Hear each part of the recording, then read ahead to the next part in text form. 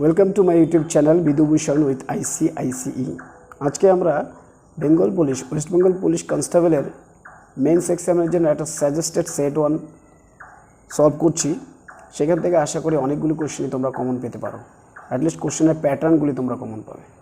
চলো, question number 1 বলছে, একটি স্থান থেকে 10 মিনিট 45 সেকেন্ড পর পর বন্দুক চালানোয় ট্রেনে করে ওই স্থানের দিকে যাওয়ার সময় এক ব্যক্তি প্রথম শব্দ শোনার 10 মিনিট পর দ্বিতীয় শব্দ শুনতে পেল।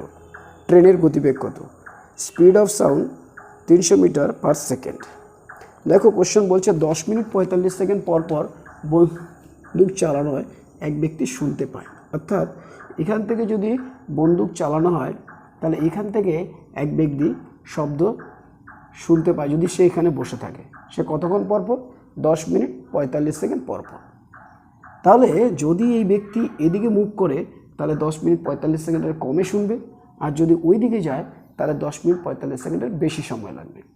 তো আমরা যদি মনে করি ধরো এই পয়েন্টে মিট করেছে 10 মিনিট পরে, অর্থাৎ সাউন্ডটা এখান থেকে এখানে 10 মিনিট গেছে আর ব্যক্তি এখান থেকে এখানে 10 মিনিটে এসছে। স্বাভাবিকভাবে দেখবে যখনই এই ম্যাথ কোশ্চেন থাকবে যে মিটিং পয়েন্ট অর্থাৎ সাক্ষাতের ব্যাপার থাকবে, দুজনকে একই সময়ে চলতে হবে। অর্থাৎ এ যখন চলেছে তখন এও চলেছে, তাহলে এই পয়েন্টে যেহেতু মিট করেছে, এই ব্যক্তির এখান থেকে এখানে আসতে 10 মিনিট লেগেছে এবং সাউন্ডের এখান থেকে এখানে আসতে 10 মিনিট লেগেছে।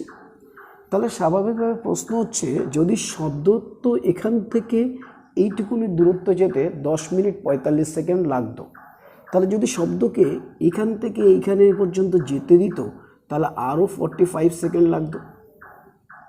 এবার যদি আমি খেয়াল করে দেখি, দেখো এই পয়েন্টটাকে যদি আমরা মার্ক করি, এই পয়েন্টটা যদি অর্থাৎ এখান থেকে এই যে ডিস্টেন্সটাকে যদি ফিক্স মনে করি, ব্যক্তির এইখান থেকে এখানে আসতে লেগেছে 10 মিনিট এবং সেম ডিস্টেন্স যেটা শব্দের এখান থেকে এখানে আসতে লেগেছে 45 সেকেন্ড। তাই আমরা সার্বিকভাবে বলতে পারি যে দুজনেই সেম ডিস্টেন্স ক্রস করেছে, একজন 10 মিনিটে আর একজন 45 সেকেন্ডে। তাহলে যদি ডিস্টেন্স ফিক্স হয়, আমরা জানি যে speed and time inversely proportional হয়। অর্থাৎ এই কোশ্চেনে আমরা যদি ধরি টাইমের গল্পতে, টাইমের ক্ষেত্রে সাউন্ডের টাইম লেগেছে 45 সেকেন্ডস এবং ট্রেনের টাইম লেগেছে 10 মিনিটস বা ব্যক্তি যাই বল। এবার দেখো, যখনই আমরা রেশিও করি টাইমের, হয় সেকেন্ডে করতে হবে বা মিনিটে করতে হবে। এবার দেখো, তুমি যদি এই 10 মিনিটকে সেকেন্ডে ট্রান্সফার করো তাহলে 10 × 60 করে আমরা কাটাকাটি করে করতে পারি। কিন্তু এখানে দেখো, যদি 45 সেকেন্ডস আমরা যদি মনে করি যে 15 সেকেন্ড ইকুয়াল টু 1 ইউনিট, অর্থাৎ এখানে যদি আমরা লিখি যে 15 সেকেন্ডস ইকুয়াল টু 1 ইউনিট, তাহলে 45 সেকেন্ডস হবে 3 ইউনিট। সেম ওয়ে 45 সেকেন্ড যদি 60 সেকেন্ডস উইল বি 1 মিনিট, অর্থাৎ 60 সেকেন্ডসে 4 ইউনিট হবে। এবার এখানে দেখো, এটা হচ্ছে 10 মিনিট, তাহলে 40 ইউনিট হবে। সেই হিসাবে ক্যালকুলেট করে আমরা বলতে পারি টাইমের ক্ষেত্রটাতে সাউন্ডের যদি 3 টাইম লাগে তাহলে এখানে লাগবে 40 ইউনিট। এটা যদি টাইম হয়ে থাকে তাহলে সাউন্ডের ক্ষেত্রে আমরা বলতে পারি সাউন্ড কী হয়ে যাবে, স্পিড কী হয়ে যাবে, ইনভার্সলি প্রপোর্শনাল হয়। অর্থাৎ যদি সাউন্ডের 40 স্পিড হয় তাহলে ট্রেনের স্পিড হবে 3। কিন্তু কোশ্চেন এখানে বলেছে যে speed of sound is 300 metre. তাহলে এইটাকে যদি আমার 300 মিটার বানাতে হয়, আমরা কিভাবে বানাতে পারি যে 300/40। এবার যেহেতু এরা রেশিও আকারে ছিল, একে যদি 300/40 দিয়ে গুণ করে থাকো তাহলে একেও 300/40 দিয়ে গুণ করতে হবে, তাই আমরা গুণ করে দিলাম। গুণ করে দেওয়ার পরে দেখা গেছে সে অ্যান্সার চেয়েছে যে ট্রেনের গতিবেগ কত, কিলোমিটারে চেয়েছে, তাই আমরা একে 18/5 দিয়েও গুণ করে দিলাম। এবার দেখো, কাটাকাটি করলে 0 0, 5 দিয়ে কাটলে 6, 4-এর মধ্যে 2, 2 দিয়ে এখানে একটা 3, 2 দিয়ে কাটলে 9, 3 নং 27 আর 3 81, সো 81 কিলোমিটার পার আওয়ার। তোমরা এই কোশ্চেনটা দেখবে, এই কোশ্চেন প্রায় এক্সামে এসে থাকে। সো এটা one of the important question যেটা তোমাদের এক্সামে আসতে পারে। কোশ্চেন নাম্বার 2 আমরা একটু পরে আলোচনা করছি। এক ব্যক্তি 4 মিনিট পর একটি তোপ ধ্বনি শুনতে পান। যদি ব্যক্তির এই তোপ বা কামানের দিকে অগ্রসর হন তাহলে তিনি 3.5 মিনিট পর শব্দটি শুনতে পায়। যদি ব্যক্তির গতিবেগ 50 মিটার পার সেকেন্ড হয় তাহলে শব্দের গতিবেগ কত? কোশ্চেন বলছে দেখো 4 মিনিট পর পর, সেম একই কোশ্চেন যে যখনই মিলিত হওয়া বা শুনতে পাওয়ার প্রশ্ন আসবে দুজনকে একই সময়ে চালু হতে হবে। বলছে 4 মিনিট পর পর শব্দ শুনতে পেত এখান থেকে যদি শব্দ বেরোতো এবং ব্যক্তি যদি এখানে বসে থাকতো। কিন্তু কোশ্চেন বলছে 4 মিনিট পর পর তিনি শব্দ শুনতে পান না। তিনি কখন শুনতে পান? তিনি শব্দ শুনতে পান 3.5 মিনিট পর। অর্থাৎ আমরা যদি এখানে দেখি যে এরকম কোনো জায়গায় ওরা মিটিং করবে, সেখানে বলে যে 3.5 মিনিট পর যদি মিটিং হয় তাহলে শব্দটা এখান থেকে এতটায় 3.5 মিনিটে যাবে এবং ব্যক্তি এখান থেকে এখানে 3.5 মিনিটে পৌঁছাবে। যদি শব্দকে এখানে মিটিং না করে এখানে আসতে দেওয়া হতো তাহলে শব্দ আরও আধা মিনিট নিত এবং সে এই জায়গায় পৌঁছে যেত। তাহলে আবার সেম আগের মতো আমরা যদি এইটাকে কনসিডার করে থাকি, এইটুকুনি ডিস্টেন্স অর্থাৎ ডিস্টেন্সটা যদি ফিক্স ধরা হয়, এখানে সাউন্ড আর হচ্ছে কি ম্যান।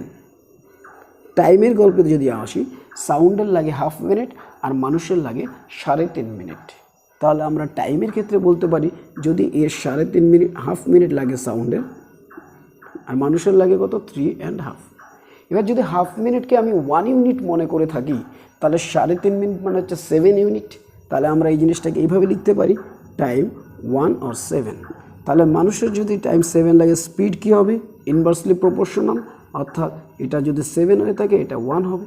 এবার বলছে মানুষের স্পিড হচ্ছে 50 মিটার পার সেকেন্ড, অর্থাৎ একে যদি আমরা 50 বানাতে চাই তাহলে এটা কত হয়ে যাবে?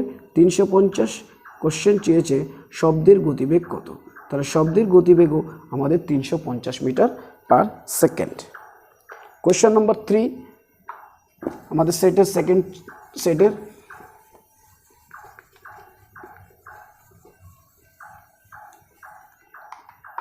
কোশ্চেন নম্বর 3 বলছে একজন ফল বিক্রেতা 10 টাকায় 5টি কমলা লেবু এবং অপর এক প্রকারের 10 টাকায় 4টি করে সমসংখ্যক কমলা লেবু কিনে মিশিয়ে পরে 25 টাকায় 9টি করে কমলা লেবু বিক্রি করলো, তার লাভ বা ক্ষতির হার কত? দেখো 10 টাকায় যদি 5টি কমলা লেবু এবং অপর এক প্রকারের 10 টাকায় 4টি করে সমসংখ্যক অর্থাৎ দুজনেরই কোয়ান্টিটিটা সমান যদি হয়, তাহলে আমরা যদি এই জিনিসটাকে এইভাবে লিখি তবে কোয়ান্টিটি কেনার সময় দু ধরনের কোয়ালিটি কিনেছে, অর্থাৎ দুটো মার্কেট থেকে বা দুটো দোকান থেকে বা দুটো শপ থেকে আলাদা আলাদা আইটেম কিনেছে। বলছে যে 10 টাকায় 5টি, আমরা যদি কোয়ান্টিটি বলি এটা হচ্ছে কি রেট আর এটা হচ্ছে কি টোটাল কস্ট বলতে পারি, আমরা টোটাল বলতে পারি, টোটাল খরচা। এবার দেখো যদি 10 টাকায় 5টি কমলা লেবু কেন, অর্থাৎ কোয়ান্টিটি 5টা, রেট কত 10 টাকা, তাহলে টোটাল খরচা কত 10 টাকা। এর পরেরটা বলছে কেনার সময় যে উনি 10 টাকা 4টি করে কেনে, অর্থাৎ 4টি করে কোয়ান্টিটি 4টে, এখানে কত 10 টাকা, কিন্তু 10 টাকা কিন্তু তাদের সমসংখ্যক বলেছে, অর্থাৎ এখানে 10 টাকা হলে এখানে 10 টাকা হলো। এবার সেলিং প্রাইসের সময় তিনি 9টি করে কমলা লেবু কেনে 25 টাকা, অর্থাৎ 9টা কমলা লেবুর রেটটা হচ্ছে 25 টাকা, তাহলে টোটাল কত এখানে 25। এবার যদি এটা আমরা দেখি এটা হচ্ছে গিয়ে আমাদের রেট। তাহলে এখানে 5, 4 আর 9 এই তিনটের যদি আমরা এলসিএম নিই, এলসিএম নিলে আমরা কি পাই? 4, 5 আর 9 এর এলসিএম হচ্ছে কত? 4, 5 আর 20 আর 9 180। তাহলে আমাদেরকে 180 করে বানাতে হবে। যদি 180 করে বানাতে হয় এটাকে আমরা কত দিয়ে গুণ করলে 100 হবে? 36 দিয়ে গুণ করলে। যেহেতু এটা রেটটাকে আমরা চার্জ করব না, তাই এটা 34 হলে এখানে হবে 34। এখানে যদি 180 বানাতে হয় 45 দিয়ে গুণ করতে হবে, তাহলে এটাও 45। তাহলে এখানে হয়ে গেল 360 টাকা, এখানে হয়ে গেল 450 টাকা। আবার এখানে দেখো 9টা, আচ্ছা এখানে 160টা, এখানে 160টা, উনি কিনেছে কিন্তু 160 অর্থাৎ 360টা কিনেছেন, তাহলে ওনাকে বিক্রি করার সময় 360টা বিক্রি করতে হবে। তাই এখানে আমরা 9কে কত দিয়ে গুণ করলে 360 হবে? 40 দিয়ে গুণ করলে, তাই আমি এখানে 40 দিয়ে গুণ করলাম। 40 দিয়ে গুণ করার ফলে এই হলো টাকা 4 25 200। এখানে 25টা করে 25 টাকা করে 40টা 25, 4 25 কত? 25 দুগুণে 4 25 100, 1000 টাকা। তাই বলেছে উনি, হ্যাঁ 25টি করে 9 টাকায় করে কিনেছে, 9 টাকা 9টি, তাহলে 4 9 34, 1000 টাকা। এবার কোশ্চেন বলছে, তাহলে এবার দেখো আমরা যদি এখানে কনসিডার করি উনি কেনার সময় কিনেছে এত টাকা দিয়ে আর বিক্রি করার সময় বিক্রি করেছে এত টাকা দিয়ে, অর্থাৎ 360 টাকা আর 450 টাকা কত হয়? 810 টাকা। 810 টাকা দিয়ে কিনেছে, 1000 টাকায় বিক্রি করেছে, তাহলে ওনার লাভ হয়েছে। এবার প্রশ্ন হচ্ছে ওনার লাভ কত হয়েছে? এই দুটোকে বিয়োগ করে দিলেই লাভ পেয়ে যেতে পারি। আমরা লাভ দেখছি কত? 190 টাকা তিনি লাভ করেছে। কোশ্চেনে অ্যান্সার চেয়েছে যে তার লাভ বা ক্ষতির হার কত, তার লাভ বা ক্ষতির হার কত। তাহলে আমরা বলতে পারি যে এখানে 810 টাকা উনি এখানে উপরে যদি নিয়ে নিই আমরা, 810 টাকায় ওনার লাভ হচ্ছে কত টাকা? যেহেতু এটা কেনা দাম ছিল, উনি লাভ করেছে 190 টাকা। তাহলে এটাকে আমরা কিন্তু 100তে কত লাভ হচ্ছে সেটা বের করলেই আমাদের অ্যান্সার বেরিয়ে যাবে। তাহলে এখানে কি হলো 1900/81, অর্থাৎ এটাকে যদি আমরা কাটাকাটি করি তাহলে আমরা অ্যান্সার পাচ্ছি 8 দুগুণে 16, 162, তাহলে হয়ে গেল তোমার 60, 70, 80, 280, 280 এখানে ভাগ করে দেখছি 23.37/81% লাভ হচ্ছে। এই কোশ্চেনটাতে আরও বিভিন্ন টাইপের কোশ্চেন আসতে পারে। এখানে কোশ্চেন এক্সামিনার তোমাকে জিজ্ঞাসা করতে পারে যে আচ্ছা উনি 190 টাকা যদি উনি লাভ করে থাকে তাহলে উনি কতগুলো আইটেম কিনেছিল। যদি 190 টাকা লাভ হয় তাহলে তো আমরা বলবো যে 360টা কিনেছে। এক্সামিনার এটাও জিজ্ঞাসা করতে পারতো আচ্ছা 190 ডবল, অর্থাৎ যদি 380 টাকা লাভ করে থাকে তাহলে উনি কতগুলি আইটেম কিনেছিল। স্বাভাবিকভাবে যদি এইটাকে ডবল করি তাহলে এইটাও ডবল হবে, সো কোয়ান্টিটি আমাদের কী হয়ে যাবে? ডবল হয়ে যাবে। এইভাবে এই কোশ্চেনটা আসতে পারে তোমাদের এক্সামে। চলো কোশ্চেন নাম্বার 4।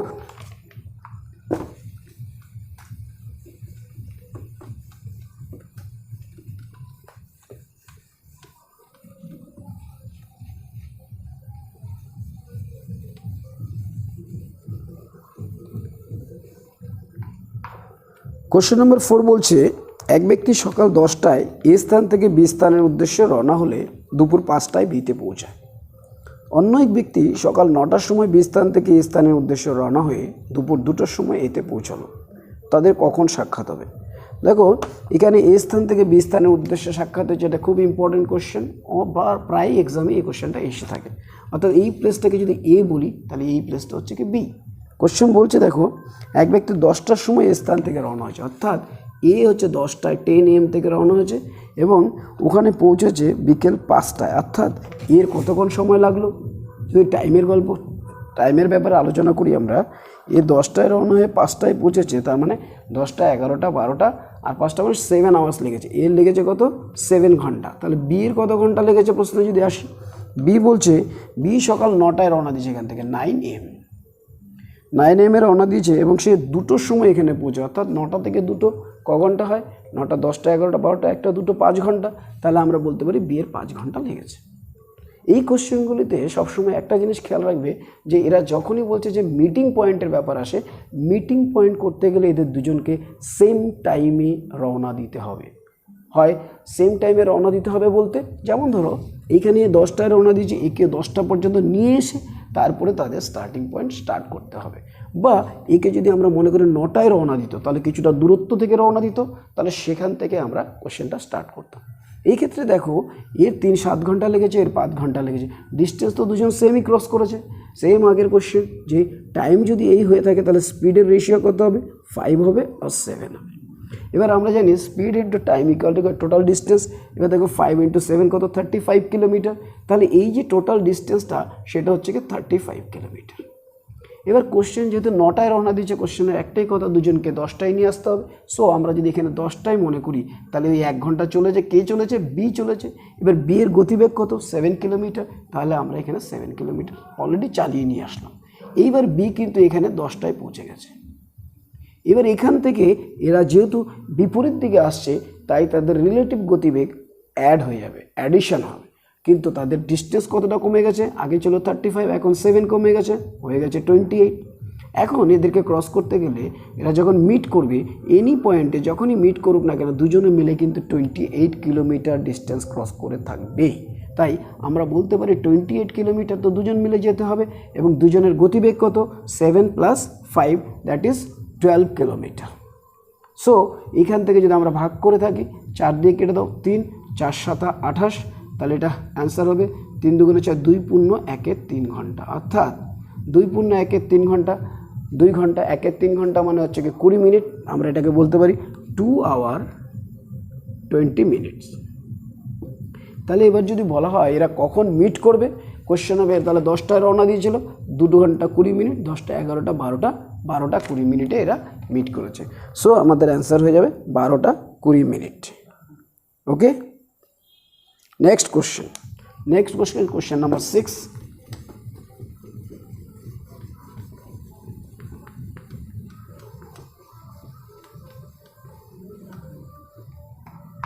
কোশ্চেন নাম্বার 6 কি বলছে দেখো, যে কোশ্চেন নাম্বার 5, সরি, এটা কোশ্চেন নাম্বার 4 গেল, নাও কোশ্চেন নাম্বার 5। একটি ট্রেন নগরুখড়া থেকে হাবড়া 4 ঘন্টায় এবং অপর একটি ট্রেন হাবড়া থেকে নগরুখড়া 6 ঘন্টায় পৌঁছায়।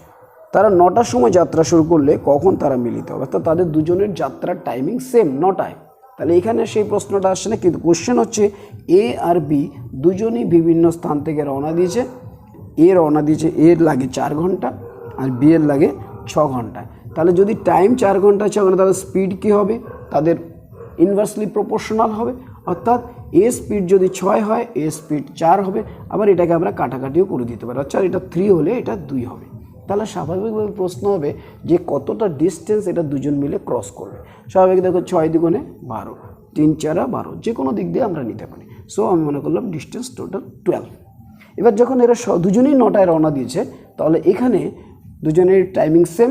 সো আমরা এদিকে রিলেটিভ গতিবেগ বলতে 5, তো 12কে আমরা 5 দিয়ে ভাগ করে দেবো। ভাগ করলে কত হবে? 5 দুগুণে 10, 2 পূর্ণ 2 এর 5 ঘন্টা। আচ্ছা, 2 এর 5 আওয়ার মানে কত? 1 এর 5 মানে হচ্ছে 12 মিনিট। সো 2 এর 5 মানে হচ্ছে 24 মিনিট। তো এটাকে আমরা যদি মিনিটে লিখতে চাই 2 আওয়ার 24 মিনিট লিখতে পারি। অর্থাৎ এ যদি 9টায় রওনা দিয়ে থাকে, 10টা 11টা 24, অর্থাৎ 11টা 24-এ ওরা ওখানে পৌঁছে যাবে।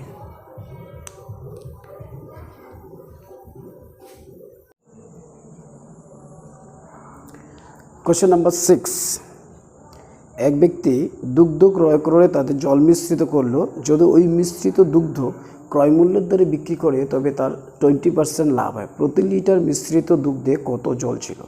এই ধরনের কোশ্চেনগুলো যখনই আসে, দেখো কোশ্চেনে বলছে যে দুগ্ধ ক্রয় মূল্যের দরে বিক্রি করে অথচ লাভ করবে। এটা কখন পসিবল? একমাত্র তখনই পসিবল যে ক্রয় মূল্যের দরে বিক্রি করার পরেও যেটা লাভ হবে সেটা ফ্রি আইটেম হবে। আচ্ছা, সেটা ফ্রি আইটেম হবে কীরকম? দেখো যে 20% লাভ করবে বলছে। আচ্ছা, আমরা যদি দেখি 1/5, 20% মানে হচ্ছে 1/5, 1/5, অর্থাৎ 5 টাকায় যদি জিনিসটা কিনি, কিন্তু 1 টাকা প্রফিট করতে হবে, কিন্তু বেচতে হবে 5 টাকার দরে। অর্থাৎ 1 কেজি কোয়ান্টিটিটা 5 টাকায় বেচতে হবে। অর্থাৎ দেখো, আমি যদি রেশিও দিই, অরিজিনাল আইটেম 5 টাকা অরিজিনাল, আর ফ্রি আইটেম হবে কত টাকা? 1 টাকা। এবার দেখো, দুধের সাথে জল মেশাতে হবে, দাম তো বেচবে 5 টাকায়। তাহলে এ দেখো 5 টাকাই বেচবে, কিন্তু এই 1 টাকা ওকে লাভ করতে হবে। তাহলে 1 টাকার কী বিক্রি করবে? জল বিক্রি করবে। তাই আমরা এই কোশ্চেনটায় বলতে পারি যে জল হবে 1, আর টোটাল কোয়ান্টিটি কত? দুটো মিলে 6। সো অ্যান্সার কত? 1/6। এই ধরনের কোশ্চেনগুলো বিভিন্নভাবে আসতে পারে। যেমন ধরো বললো যে 20% না বলে 25% লাভ করতে হবে ক্রয় মূল্যের দরে। সেক্ষেত্রে 25% মানে আমরা জানি কি 1/4। সো যদি বলো কতটা জল মেশাতে হবে, অবভিয়াসলি হয়ে যাবে কত? 1/5। এই কোশ্চেনটা এখানেও আসতে পারে। দেখবা সোনার সাথে যে খাদ মেশানো হয়, অর্থাৎ বলা হয় যে খাদ মেশালে তার কতটা সোনা থাকবে। সেম এই কোশ্চেনে যদি বলা হয় যে 25% খাদ মেশালে তাহলে বিশুদ্ধ সোনা কত? স্বাভাবিকভাবে বিশুদ্ধ সোনার যখন প্রশ্ন আসছে, তাহলে তার মধ্যে মিশ্রিত সোনা আছে। তো সেক্ষেত্রেও অ্যান্সার হবে কত? 1/5। ওকে, আশা করি এই কোশ্চেনটা বুঝতে পেরেছো। চলো নেক্সট কোশ্চেন। মনে করবো যে কোনো রকমের দাম বাড়ানো হয়নি, খরচা বাড়ানো হয়নি, কমানো হয়নি, দাম শুধু বেড়ে গেছে। তাহলে 20% বেড়ে গেছে, মানে 20% মানে তো হচ্ছে কি 1/5। অর্থাৎ আগে যদি 5 টাকার রেট ছিল, এখন নতুন রেট কত? 6 টাকা হয়েছে, এটা রেট। তাহলে আমরা জানি যদি খরচা সেম হতো তাহলে কোয়ান্টিটি কী হতো? ইনভার্সলি প্রপোর্শনাল হতো। অর্থাৎ এটা 6 হলে এটা কী হতো? 5 হতো। কিন্তু এখন কোশ্চেন বলছে যে ওনার খরচ 4% কম হয়েছে, ব্যয় 4% কম হয়েছে। অর্থাৎ এই খরচই হতো যদি 100% হতো, আগে যদি 6 কেজি পেতো এখন 5 কেজি পেতো। আবার আমরা এটাও বলতে পারি আগে যদি উনি 60 কেজি পেতো তাহলে এখন উনি 50 কেজি পেতো। এখন বলছে ওনার 4% কম হয়েছে খরচা। আমরা জানি খরচা যদি কম হয় তাহলে কোয়ান্টিটিও কম হবে। খরচার সাথে কোয়ান্টিটির সম্পর্ক সম অনুপাত হয়। অর্থাৎ খরচা যদি বেড়ে যায়, যেমন যদি বলি 10 টাকায় 1 কেজি পাই খরচা, তাহলে 20 টাকা খরচা করলে কত কেজি পাবো? 2 কেজি। অর্থাৎ দেখো রেট বেড়ে গেছে 10 টাকার থেকে 20 টাকা, 100%। সো কোয়ান্টিটিও 1 কেজি থেকে 2 কেজি হয়ে গেছে, সো 100%। তাহলে এখানে আমরা বলতে পারি যে 50-এরও 4% কমবে। 50 যদি 4% কমে তাহলে কত কেজি কমবে? 4-5 করে 2 কেজি কমে যাবে। সো পাবে কত? 48 কেজি। তাহলে দেখো আগে পেতো 60 কেজি, এখন পেচ্ছে 48 কেজি। তাহলে তার কোয়ান্টিটি কী হলো? কমে গেল। কতটা কমলো? 12টা কমলো। তাহলে 12 কেজি কমেছে কততে? 60-এ। সো এটাকে আমরা লিখতে পারি 5 12 60, অর্থাৎ 1/5, দ্যাট ইজ 20%। খরচ কমানো হয়েছে। এই কোশ্চেনটাকে আমরা ডাইরেক্টলি এতটা না লিখেও কোশ্চেনটা সলভ করতে পারি। কীরকম দেখো, তুমি জানো খরচার সাথে যদি কোয়ান্টিটি সম অনুপাতে পরিবর্তিত হয়, তাহলে আমরা যদি এই কোশ্চেনটাকে এইভাবে লিখি যে আগে উনি 120%, যে দামটা বেড়ে গেছে আগে খরচা, এখন সেই কোয়ান্টিটি যদি ওনাকে পেতে হয় তাহলে ওনাকে 120% খরচা করতে হবে, কিন্তু উনি 4% কম খরচা করেছে, অর্থাৎ খরচা করেছে কত 96%। তাহলে আমরা বলতে পারি যদি 120% খরচা করতো যতটা পেতো 96% করলে তার থেকে কম পাবে। তাদের রেশিওটা কত এখান থেকে যদি দেখো, তুমি দেখো 24 দিয়ে কাটলে 5 24 120, আর এটা কত 4 24 96, অর্থাৎ 1 কেজি কম পেয়েছে কততে 5-এ।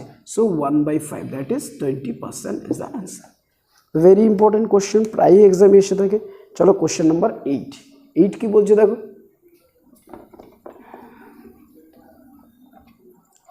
কোশ্চেন নাম্বার 8 বলছে 48 লিটার দ্রবণে দুধ ও জলের অনুপাত 7:5। ওই মিশ্রণে কত পরিমাণ জল মেশালে দুধ ও জলের অনুপাত 7:6 হবে। কি বলেছে যে দুধ ও জলের অনুপাত, মিল্ক ইজ টু ওয়াটার কত বলেছে 7:5। বলছে ওই মিশ্রণে কত পরিমাণ জল মেশালে দুধ ও জলের অনুপাত 7:6 হবে, অর্থাৎ এখান থেকে কিছু জল মেশাতে হবে, তাতে নতুন অনুপাত হবে 7:6। কোশ্চেনটা ভালো করে খেয়াল করে দেখো, বলছে জল মেশাতে হবে, তাহলে জল মেশাচ্ছে কিন্তু দুধ তো মেশাচ্ছি না, তাহলে দুধ কী হওয়া উচিত সেম হওয়া উচিত। তাহলে আমরা নতুন অনুপাতটাতে চেক করে দেখব যে দুধ সেম আছে, দেখলাম যে সেমই আছে, তাহলে মিল্ক ওয়াটার 5 ছিল 6, তাহলে বাড়লো কত 1 বাড়লো। কোশ্চেন বলছে যে কত পরিমাণ জল, দুধ ও জলের অনুপাত হবে কত 7:6। এবার প্রশ্ন হচ্ছে এই যে 7:5 এটা কিন্তু বলেছে 48 লিটার, তাহলে এই যদি লিখি 7 + 12 তো 12 হয়, কিন্তু কোশ্চেন তো বলছে 48 লিটার, তাহলে এইটাকে আমাদের 4 টাইমস করতে হবে। তাহলে এইটাকে যদি 4 টাইমস করি, এর সাথে যে যে রিলেটেড সবাইকে 4 টাইমস করতে হবে। সো আমরা এখানেও বলতে পারি এটা 4। সো কত লিটার জল মেশাতে হবে, 4 লিটার জল মেশাতে হবে, কোশ্চেনের মাধ্যমে পেয়ে গেলাম। Next question, question number 9। Question number 9 কি বলছে দেখো, কোশ্চেন নাম্বার 9 বলছে একটি ব্যাগে 1 টাকা 50 পয়সা 25 পয়সার মুদ্রার মূল্যের অনুপাত। এই কোশ্চেনগুলিতে দুভাবে কোশ্চেন আসে, একবার মূল্যের অনুপাত বলে দেয় আর একবার বলে দেয় কোয়ান্টিটি সংখ্যা। অর্থাৎ এখানে যে বলেছে মুদ্রার মূল্যের অনুপাত, ভ্যালু দেবে, আর কখনো কখনো সংখ্যা দেবে, সংখ্যা, অর্থাৎ যেমন 1 টাকা 50 পয়সা 50 পয়সা 5টা, সংখ্যা কটা 5টা, ভ্যালু কত 2.5 টাকা। তো এখানে বলেছে মূল্যের অনুপাত দেওয়া আছে কি, ভ্যালু দেওয়া আছে কি 1 টাকা 50 পয়সা আর 25 পয়সা, তাদের ভ্যালুর অনুপাত দেওয়া আছে কত 7, 5 or 3, এটা হচ্ছে ভ্যালুর অনুপাত। কিন্তু কোশ্চেন বলছে তাদের সংখ্যার অনুপাত বলতে হবে। যদি সংখ্যার অনুপাত বলতে হয়, দেখো 7 টাকায় কোয়ান্টিটিতে যদি আমরা ট্রান্সফার করি, 1 টাকা নোট তো একটাই থাকে, সো 7 × 1। এবার দেখো 50 পয়সা বলছে, বাট ভ্যালু 5 টাকা, কিন্তু কোয়ান্টিটি কটা হবে, কারণ 1 টাকাতে দুটো 50 পয়সা হয়, সো ভ্যালু হয়ে যাবে 5 × 2। আবার দেখো 25 পয়সা বলছে 3 টাকা, 1 টাকাতে তো 4টে 25 পয়সা হয়, সো 3 টাকাতে কটা 25 পয়সা হবে 3 × 4। তাহলে আমাদের নতুন রেশিও কী দাঁড়ালো 7, 10 or 12, অর্থাৎ 7:10:12, এইটা হবে গিয়ে আমাদের নতুন রেশিও। Question number 10।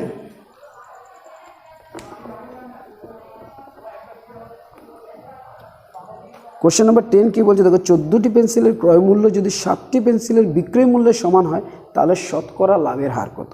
অর্থাৎ আমরা যদি লিখি 14 পেন্সিল, এক একটা পেন্সিলের ক্রয় মূল্য মনে করলাম 1 CP, অর্থাৎ আমরা লিখতে পারি 14 CP।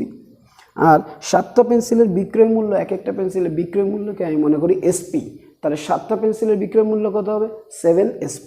তো আমরা লিখে দিচ্ছি 7 CP = 7 SP, 14 CP = 7 SP। এখান থেকে যদি আমরা সিপি আর এসপির রেশিও বের করি, তাহলে কি পাবো, সিপি পাবো কত, এইটা যেটা সিপিটা এসপিতে চলে যাবে, এসপিটা সিপিতে চলে আসে। তাহলে দেখো এখানে সিপিতে চলে, এটা কত হয়ে যাবে 14 আর এটা কত হয়ে যাবে 7, অর্থাৎ রেশিও কত 2:1। অর্থাৎ কস্ট প্রাইস যদি 1 টাকা হয়, সেলিং প্রাইস হয় 2 টাকা, তাহলে লাভ হলো ক টাকা 1 টাকা। এবার 1 টাকায় 1 টাকা লাভকে আমরা কত পার্সেন্ট বলে থাকি 100%। সো অ্যান্সার কত 1/1 = 100%। This will be hour answer.